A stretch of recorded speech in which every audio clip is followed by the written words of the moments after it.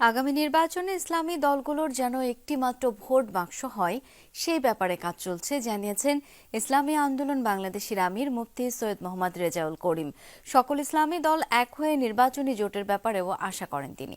দুপুরে রাজধানীর ইঞ্জিনিয়ারিং ইনস্টিটিউশনে ইসলামী আন্দোলন বাংলাদেশ ঢাকা মহানগর দক্ষিণ আয়োজিত নগর সম্মেলনে একথা বলেন তিনি। চরমোনাই পীর বলেন, ইসলামী দলগুলোকে বারবার সিঁড়ি বানিয়ে ক্ষমতায় গেছে বিভিন্ন রাজনৈতিক দল, আর এটা হতে দেয়া হবে না।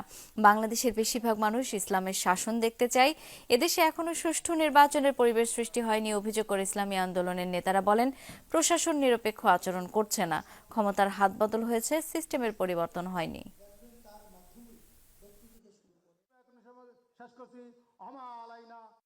ইসলাম নামক গাছটা বাংলার জমিনের ভিতরে বৃক্ষ বট এর চেয়েও মজবুত হয়ে মসনদে বাংলাদেশের সংসদে তারা উড্ডীন হবে এবং সুন্দরভাবে এই দেশ এবং মানুষ সুন্দর বসবাস করার পরিবেশ তৈরি করবে। এই আশায় ইসলামী আন্দোলন বাংলাদেশ কারো সাথে কখনোই আমাদের আদর্শ বিক্রি নেই।